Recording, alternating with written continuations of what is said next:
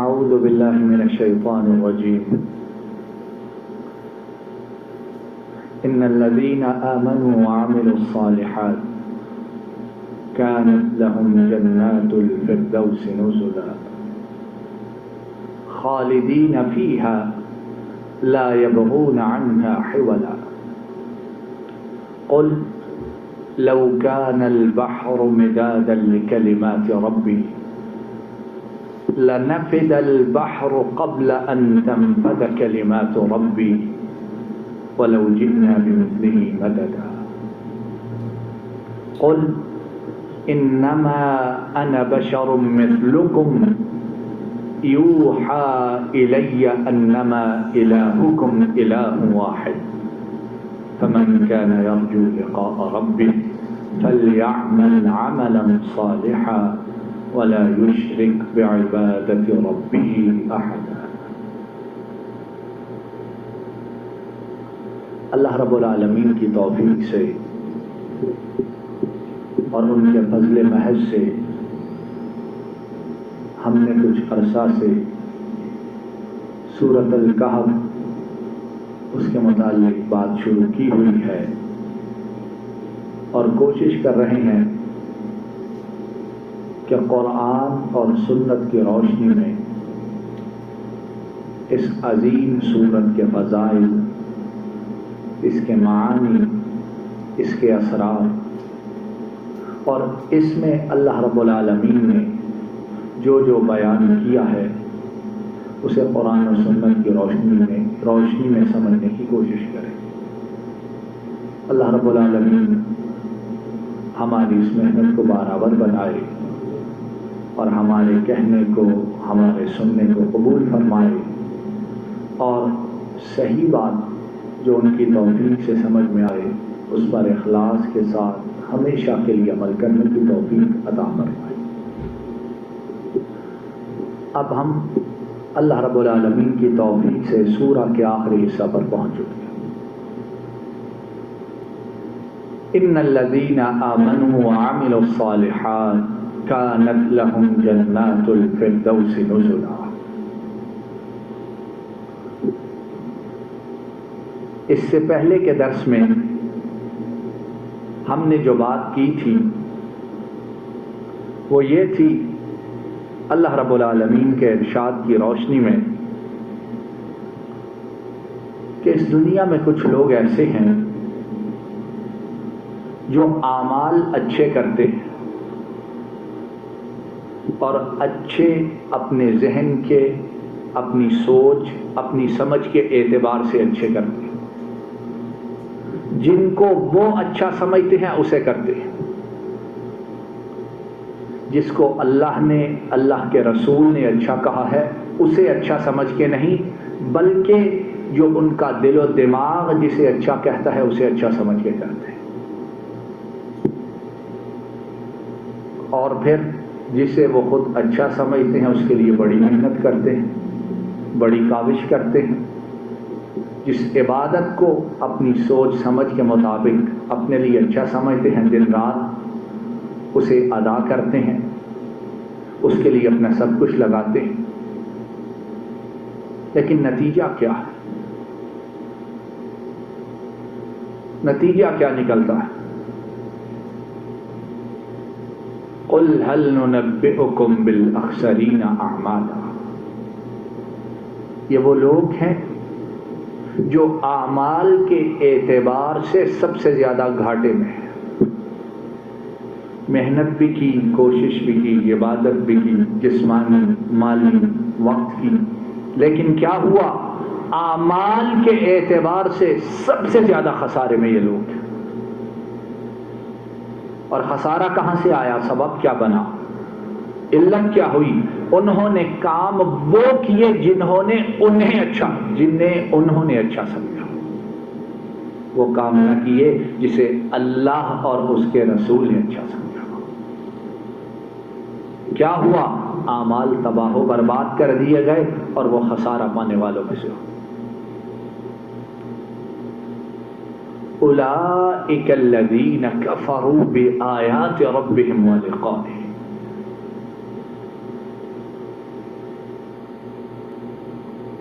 اب کوئی ان لوگوں کے متعلق سخت بات کہے تو بہت سو کو ناگوار گزرے گی کہ آپ ان کے متعلق اتنی سخت بات کیوں کہتے ہیں۔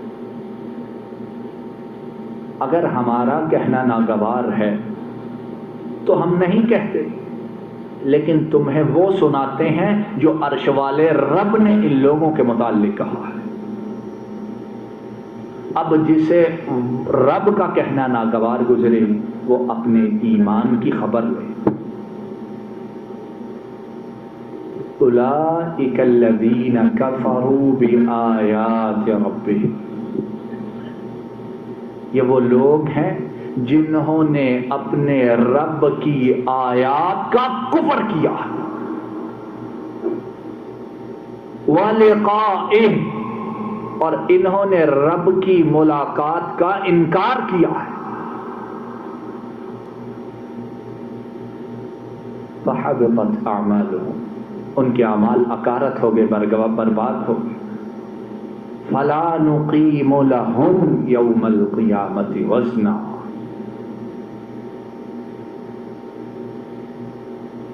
اور قیامت کے دن ہم ان کا کوئی وزن قائم نہ کریں گے۔ اب یہاں کفر کا لفظ، آخرت کا انکار کا لفظ سن کر کوئی یہ نہ سمجھے کہ چونکہ میں نے کلمہ پڑھ لیا ہے۔ ہم کفر کا لفظ آخرت کے انکار کے متعلق سن کر بہت سے ممکن ہے کہنے کے تو کافروں کے متعلق بات ہے، ہمارا کیا تعلق، ہم نے تو کلمہ پڑھ لیا ہے۔ ٹھیک ہے، لیکن آؤ دیکھو سبب، کیا وہ سبب کلمہ پڑھنے والوں میں تو کہیں موجود نہیں؟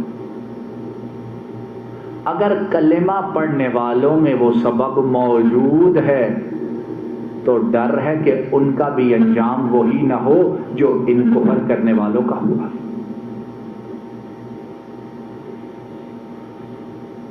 کیوں کہ جیسے اسباب ہوں گے نتیجہ اسی کے مطابق نکلے گا، اللہ رب العالمین کی یہ سنت ہے۔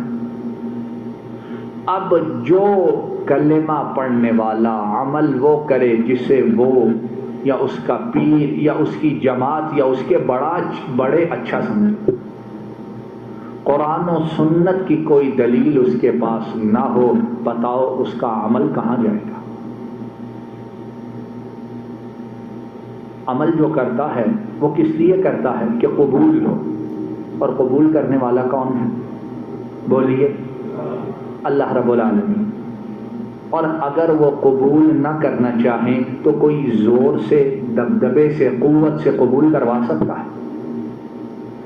اللہ کی مرضی کے بغیر اپنے نیک اعمال میں اضافہ کروا سکتا ہے؟ اللہ کی مرضی کے بغیر جو کرامن کاتبین ہیں، جو کام کر رہا ہے اسے نیکیوں کے اندر درج کروا سکتا ہے ان سے؟ جب عمل اللہ کے لیے کرتے ہیں، اس کی رضا کے لیے کرتے ہیں، اور درج اس کے حکم سے ہوتا ہے، اور قبول وہ کرتا ہے جو اس کے پیغمبر کی سنت کے مطابق ہو، تو میرے بھائیوں ہم کیوں بہکے جاتے ہیں؟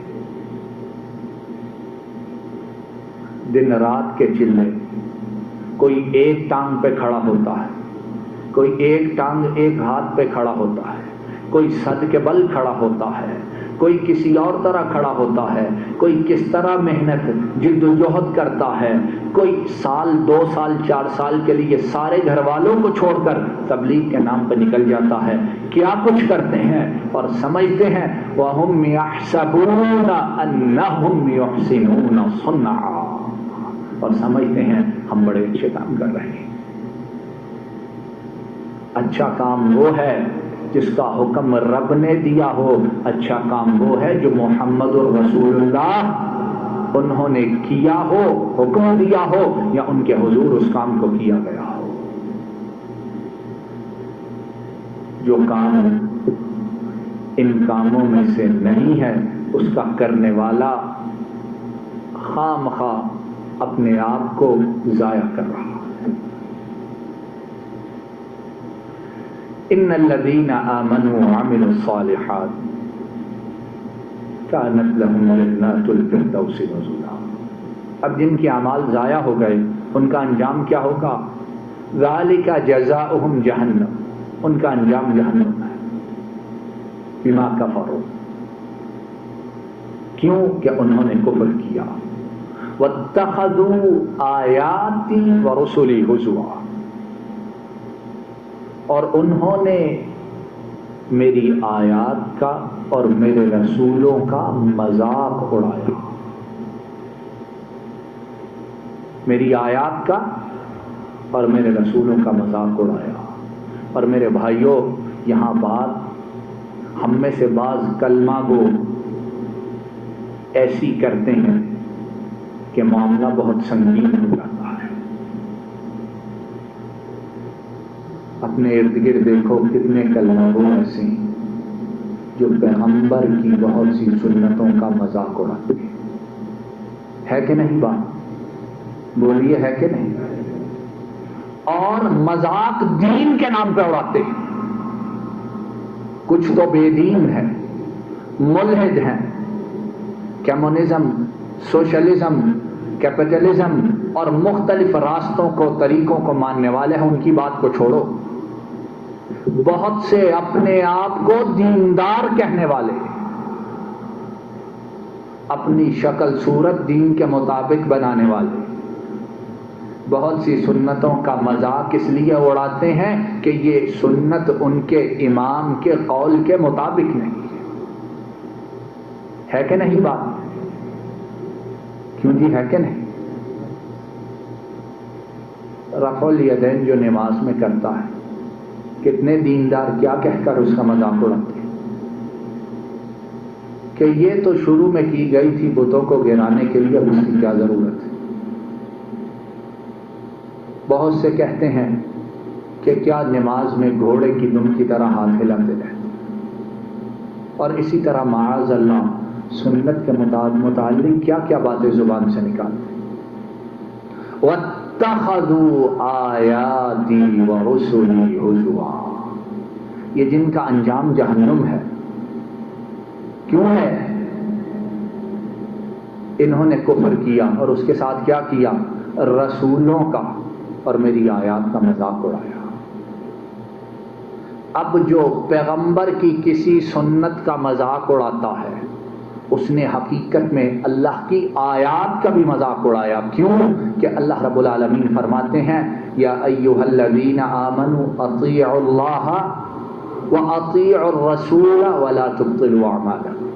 اے ایمان والو، اللہ کی اطاعت کرو، اللہ کے رسول کی اطاعت کرو اور اپنے اعمال کو برباد نہ کرو. اللہ فرمائے کہ میرے رسول کی اطاعت کرو اور رسول کی سنت پہنچ جائیں، اور یہ قول امام کو مانتے ہوئے، اپنی جماعت کے بڑے کے طریقے کو دیکھتے ہوئے سنت کا مذاق اڑائیں، تو وہ خود سوچیں کہ وہ اپنے آپ کو کن لوگوں میں شامل کر رہے ہیں. وَاتَّخَذُوا آیَاتِي وَرُسُلِي هُزُوًا. کلمہ تو پڑھ لیا، ارکان بھی کچھ ادا کر دیے، لیکن کچھ صفات ایسی بھی ہیں جو خالص کافروں کی صفات ہیں.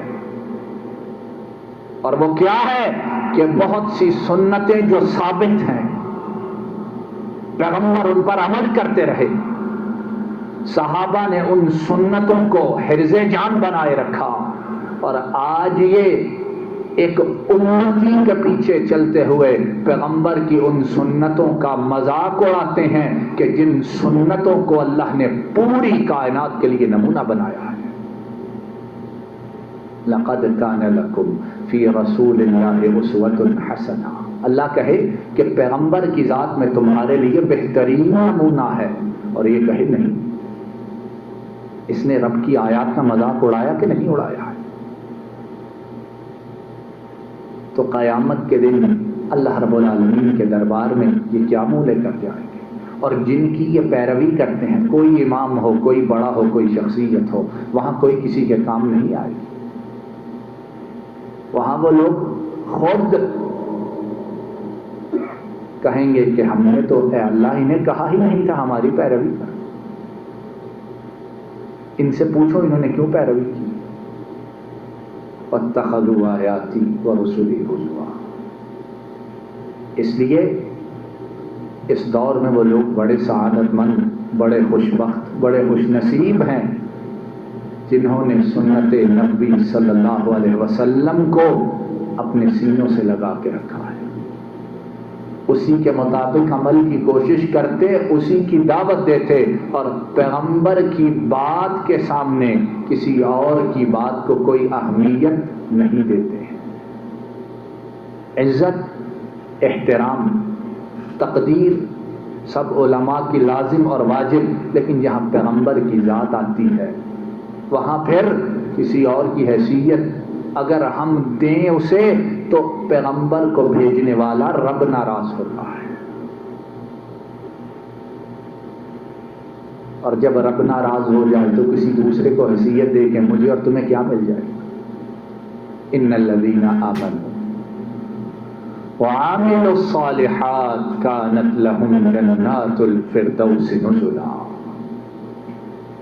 اب ایک گروہ کا ذکر ختم ہوا، اب دوسرے گروہ کا، اور وہ خوش نصیب گروہ کون ہے؟ فرمایا وہ لوگ جو ایمان لائے اور اعمال صالحات کیے. اعمال کون سے عمل کیے؟ صالحات. عمل پہلے گروہ نے بھی کیے تھے. وَهُمْ يَحْسَبُونَ أَنَّهُمْ يُحْسِنُونَ صُنْعًا. عمل انہوں نے بھی کیے تھے. معیار جو ہے، سٹینڈرڈ جو ہے، وہ عمل کی کثرت نہیں بلکہ عمل کا صحیح اور درست ہونا ہے. امتحانی پرچہ جب سامنے آتا ہے جواب دینا ہو تو طالب علم اگر سوال کے مطابق جواب نہ دے اور 10 صفحات بھر کر آ جائے جواب میں تو کیا کامیاب ہوگا؟ فیل ہوگا. اور اس کے بعد اگر وہ مقدمہ لڑے، سوال اٹھائے، مسئلہ پیدا کرے، میں نے 10 صفحے لکھے تھے، تو اس کی بات سنے گا؟ عقل کی بات ہے، سب کہیں گے جو سوال تھا اس کے مطابق جواب نہیں، اب کیا بات کرتے؟ ان الذین آمنوا وعملوا الصالحات. اب تذکرہ ہے ان لوگوں کا جو ایمان لائے اور عمل کیے، لیکن عمل کون سا؟ عمل صالح کیا. اور عمل صالح کیا ہے؟ علماء نے بیان کیا ہے. عمل صالح جو ہے اس کے لیے 2 شروط کا، 2 کنڈیشنز کا ہونا لازمی ہے. پہلی شرط وہ عمل اللہ رب العالمین کی ذات، ان کی رضا، ان کی خوشنودی کے لیے. اور دوسری شرط یہ ہے کہ وہ عمل محمد الرسول اللہ صلی اللہ علیہ وسلم کی سنت کے مطابق. جس عمل میں یہ 2 شروط پائی گئی وہ عمل کون سا ہے؟ کون سا؟ عمل صالح. اور جس عمل میں یہ دونوں شرطیں نہ ہوں یا ان 2 میں سے ایک نہ ہو وہ عمل صالح کہلانے کا مستحق اور حقدار نہیں. ان الذین آمنوا، وہ لوگ جو ایمان لائے، وعملوا الصالحات، اور انہوں نے نیک اعمال کیے، عمل صالح کیے جس میں یہ 2 شروط پائی جاتی. کانت لہم جنات الفردوس نزلا. پہلے عمل کرنے والے ان کا انجام کیا تھا؟ جہنم کی آگ. یہ عمل کرنے والے ان کا انجام کیا ہے؟ یقیناً ان کے لیے جنت الفردوس کے باغات کی مہمانی ہے. جنات الفردوس نزلا. اور جنت الفردوس کیا ہے؟ امام بخاری حضرت انس بن مالک سے روایت کرتے ہیں، نبی کریم صلی اللہ علیہ وسلم سے بیان فرمایا، آپ نے فرمایا اذا سألتم اللہ الجنة فاسألوه الفردوس فإنه أعلى الجنة وأوسط الجنة ومنه تفجر أنهار الجنة. او کما قال صلی اللہ علیہ وسلم. نبی کریم صلی اللہ علیہ وسلم نے فرمایا کہ جب اللہ سے جنت کا سوال کرو تو ہمیشہ فردوس کا سوال کرو. اللہ ہمیں اپنی رحمت سے جنت الفردوس عطا فرمائے. جب بھی سوال کرو جنت کا تو جنت الفردوس کا سوال کرو. کیوں کہ وہ جنت کا مرکزی اور جنت کا سب سے اعلیٰ درجہ ہے، اور یہیں سے جنت کی تمام نہریں پھوٹتی ہیں. اللہ رب العالمین ہمیں جنت الفردوس پانے والے خوش نصیبوں میں سے فرمائے. مولا کریم ہمارے والدین گرامی، ہمیں، ہمارے بیوی بچوں کو، ہمارے بہن بھائیوں کو، ہمارے عزیز و اقارب کو اور تمام مومنین موحدین کو اپنی رحمت سے جنت الفردوس میں داخل فرمائے.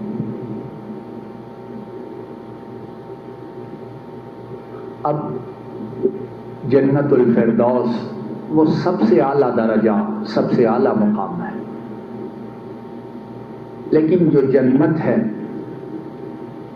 جو عام جنت ہے،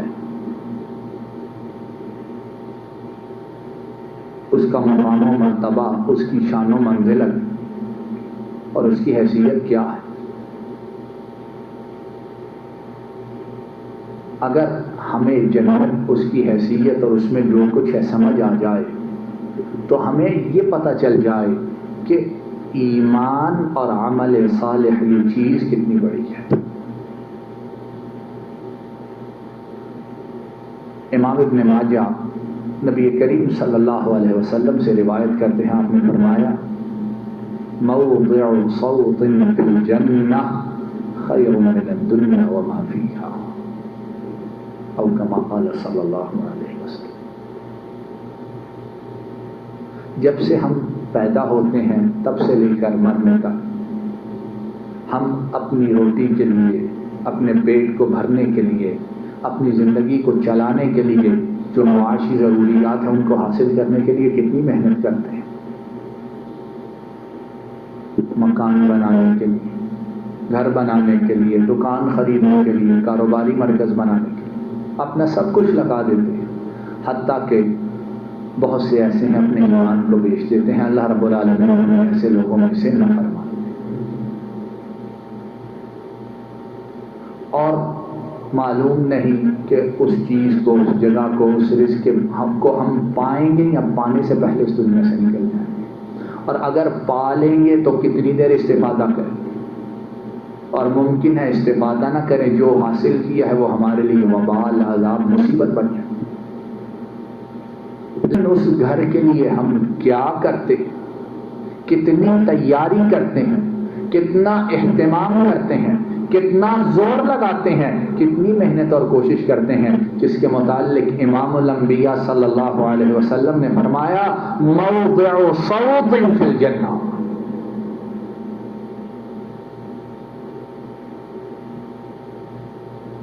صوت کیا ہوتا ہے؟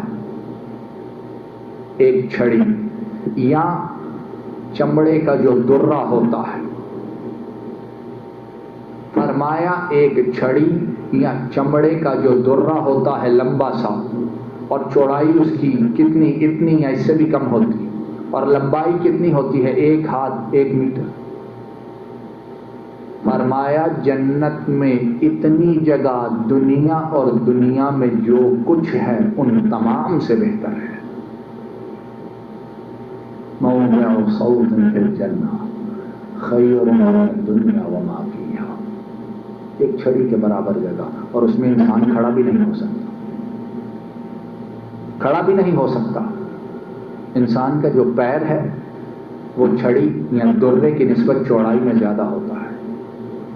اتنی پتلی جگہ پر آدمی کھڑا بھی نہیں ہو سکتا. لیکن فرمایا اتنی جگہ جو ہے جنت میں وہ دنیا اور اس میں جو کچھ ہے اس تمام سے بہتر ہے. کانت لہم جنات الفردوس نزلا.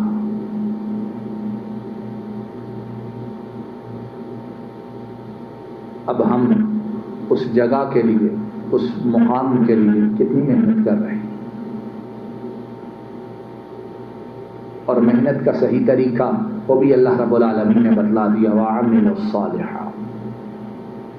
جنت کے چاہنے والے بڑے ہیں اور ہر کوئی اپنے اپنے طریقے سے محنت کر رہا ہے، لیکن یاد رکھو ملے گی اسے جو ایمان لانے کے بعد عمل صالح کرتا ہے، ہر عمل والے کو نہیں ملے گی۔ جو اللہ کی، اس کے رسول کی اتباع کرتا ہے، یہ جنت اس کے لیے ہے۔ اور قرآن و سنت میں جنت کے متعلق، جنت میں جانے والوں کے متعلق اتنی باتیں ہیں کہ گفتگو شروع کرے رات گزر جائے، باتیں ختم نہیں ہوتی۔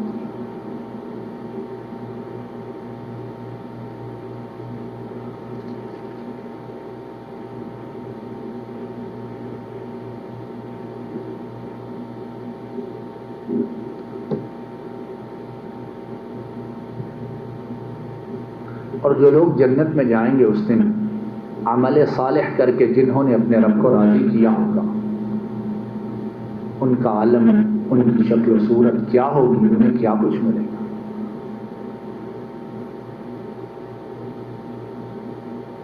آج لوگ صدارت کے لیے، وزارت کے لیے، قوت کے لیے، سلطنت کے لیے، دولت کے لیے کیا کچھ کرتے ہیں، اپنا سب کچھ بیچ ڈالتے ہیں، لیکن بہت سے ایسے ہوتے ہیں ان کی صورتیں، ان کے جسم کے لوگ دیکھ کر کہتے ہیں تمہیں یہ چیز سجتی ہی نہیں، کہتے ہیں کہ نہیں، تم بیٹھے ہوئے اچھے ہی نہیں ہیں، یہ ملا ہے تمہیں سجا ہی نہیں، اس سے اچھا تھا نہ ہی ہوتا۔ کہ اس دنیا میں نعمتوں کا ملنا یہ کسی کے قرب الہی کی علامت نہیں ہے۔ ہاں، آخرت میں جنت اور نعمتوں کا ملنا یہ قرب الہی کی، رضا الہی کی علامت ہے۔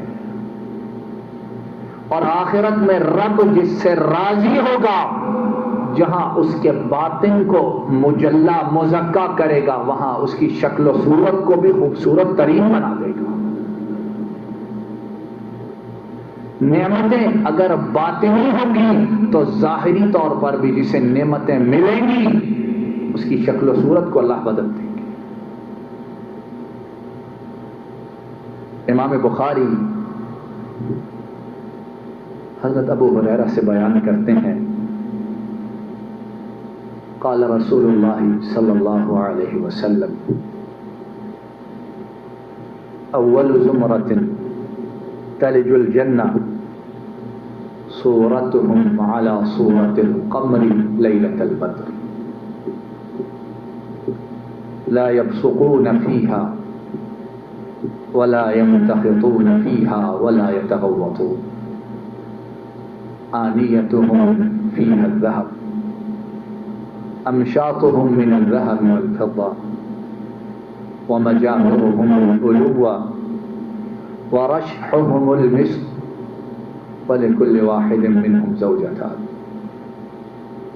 يرى مخ سوقهما من وراء اللحم من الحسن لا اختلاف بينهم ولا تباغض قلوبهم قلب واحد يسبحون الله بكرة وعشيا۔